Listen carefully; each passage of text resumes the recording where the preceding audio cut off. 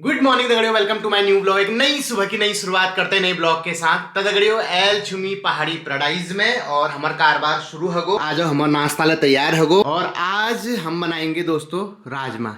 और इस राजमा को देख के ना एक खास शख्स की याद आ जाती है दोस्तों, हेम मामा की याद आ जाती है। जब हीरानगर उत्थान मंच में मेला लगता है उत्तरायणी का, तो उस टाइम पे उनका भी वहाँ पे स्टॉल लगता है। हेम मामा इस दुनिया में नहीं है दोस्तों। जो मीना मामी मेरे ब्लॉग में आती कभी कभी, जो बेरीनाग में रहती है, तो उनके बड़े भैया बहुत अच्छे थे, ठीक है। उन्होंने अपनी दुकान में बुलाया और ये राजमा हमको दिए थे। कितने दिए थे? 1-1.5 किलो राजमा तो होंगे। अभी तक चल रहे हैं हमारे वो राजमा, है ना। थोड़ा थोड़ा बनाते हैं हम। तो जिंदगी के भरोस ना दगड़ियों, कब काव आ जाओ के पत्ता न चलन। बहुत यंग थे यार, मतलब 40-41 साल के होंगे। तो जहाँ भी हैं भगवान उनकी आत्मा को शांति दे। ब्याह में मिल जो हल्दी लीजी, मेहंदी लीजी, कुर्ते पैजाम निकाल लाची, उसको टांज रही है रंजना अभी। अब ये कुर्ता फिर से पैक हो चुका है दोस्तों। भविष्य में अगर कभी ऐसा मौका लगा, परिवार में किसी की शादी हुई, तो उस दिन ये कुर्ता निकलेगा दोस्तों। ये वाला कुर्ता भी मेरा बहुत पुराना है दोस्तों, स्पेशल भी है ये। और ये बहुत स्पेशल कुर्ता भी है। इस कुर्ते को पहन के मैंने आज से लगभग 4-5 साल पहले या 6 साल पहले चंपावत में बाराकोट नाम की एक जगह है, वहाँ पे लड़ीधुरा माता का मंदिर है, लड़ीधुरा महोत्सव होता है। तो इस कुर्ते को पहन के मैंने वहाँ लाइव शो किया था। वो वीडियो यूट्यूब पर भी है। ये वाला जो कुर्ता है ये मैंने अपनी शादी की मेहंदी में पहना हुआ था, ये भी मैंने संभाल के रखा है। और निशु के महिला संगीत में जो मील ड्रेस पहन रखी दगड़ियों, नीली नीली रंग की। चलो तुम कमेंट करके बताना कि वो मैंने उससे पहले कब पहना था। एक आध लोग पूछ भी रहते कि कहाँ से लिया करके। हाँ, तो वो मान्यवर से लिया था, करोल बाग से। तभी अब उसको हम अपने बच्चों के बरबंदे तक चलाएंगे। जो जिंदगी में मुझे सबसे यूनिक गिफ्ट मिला वो हमारे गुरुजी से मिला दगड़े, जनी नमन का गाड़े चलाने सीखा। मेरा बर्थडे दिन उन्हें लिया गिफ्ट देना। आज जाने उस गिफ्ट मंगा कैल में दे दगड़े, वो गिफ्ट मिला आज जाने से पहले भी दे रहा हो। ये है हमारे गुरुजी का गिफ्ट। साउथ वाले कुछ इसी टाइप की धोती पहनते हैं।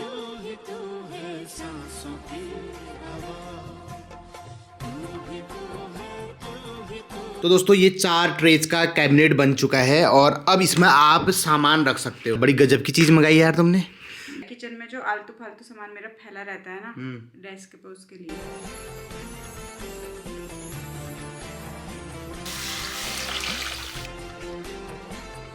यो कुकर मिल कैंटीन में ले बजाज कुकर छू। बजाज बहुत चीज बनू यार। बजाज मोटरसाइकिल ला बनू, बजाज स्कूटी ला बनू, बजाज इलेक्ट्रिक स्कूटर ला बनू, बजाज फाइनेंस भी है।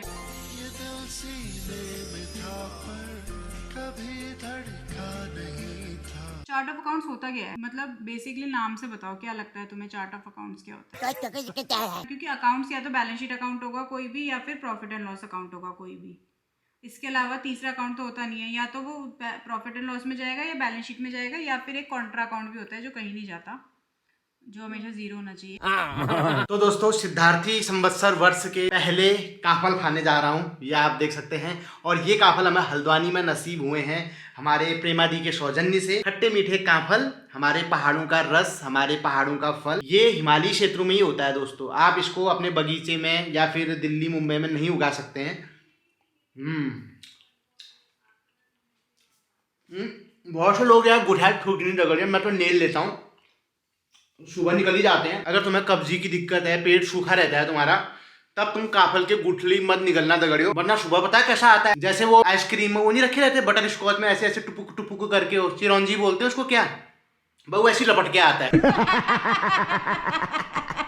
दोस्तों इन काफलों के ऊपर कक्षा 6-7 में हिंदी में एक कहानी भी थी। उसमें ये बताया गया था कि जो जंगल में एक पक्षी होती है जो काफल पाको मैनी चाखो बोलती है, वो एक लड़की होती है। उस लड़की को उसकी माँ मार देती है कि तूने काफल क्यों खाए, जबकि वो काफल उसने असल में खाए नहीं होते हैं, वो गर्मी के कारण सूख गए होते हैं। वही लड़की फिर क्या कहते हैं, वो पक्षी बनती है। और वो पक्षी आज भी जब काफल पकते हैं तो जंगलों में आवाज देती है कि काफल पाको मैनी चाखो।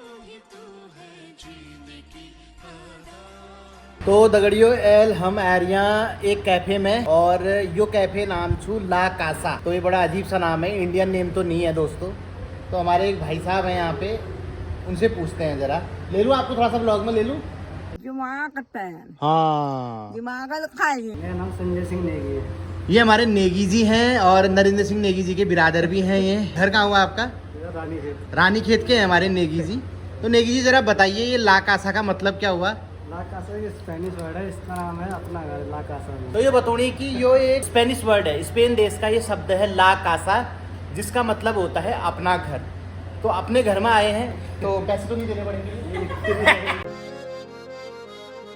मोमो इस टोकरी में आए थे। पहली भाई यार टोकरी में शाह पूछी, अगर किसी भाई बंधु को गर्मियों के लिए घड़े चाहिए तो कैफे ला कासा से ले जा सकते हैं। जब मैं अपने जवानी के दिनों में था, दादा की जैसा दिखता था, अब तक मैं बूढ़ी गई हूँ दगड़ियो। तुम्हें ब्याह हो कब हुआ? 6 महीने हो गए। कैसा लग रहा है ब्याह करके? ठीक लग रहा है। घरवाली ठीक है? जॉब करती है? किसमें? बहुत बढ़िया। तो हल्द्वानी से अप डाउन करते हैं? ना वहीं रहती है। वहीं रहती है, चलो बढ़िया, कचकचाहट से दूर। तो हमारे महेंद्र दा भी रानीखेत से हैं और अभी इनकी शादी हुए 6 महीने हुए हैं, तो बहुत खुश हैं। इनकी वाइफ जॉब करती हैं रुद्रपुर में और दादा यहाँ पे काम करते हैं। तो हम आपके उज्जवल भविष्य की कामना करते हैं, भगवान आपको इस तूफान को सहने की शक्ति दे। थोड़ी टिप्स दे दो ताकि जैसे तुम झेल रहे हो सब झेल। ये हमारे अल्मोड़ा के हैं भाई साहब। दादी आपको नाम बता दियो। बालम थानेदार चलावे जिप्सी। की शादी होगी? करना चाहते हो शादी? अभी तो बहुत टाइम है अभी से। मतलब करना तो चाहते हो ना? हाँ हो जाएगी तो कर लेंगे। कैसी लड़की चाहिए? बस लड़की मिल जाए वही बहुत।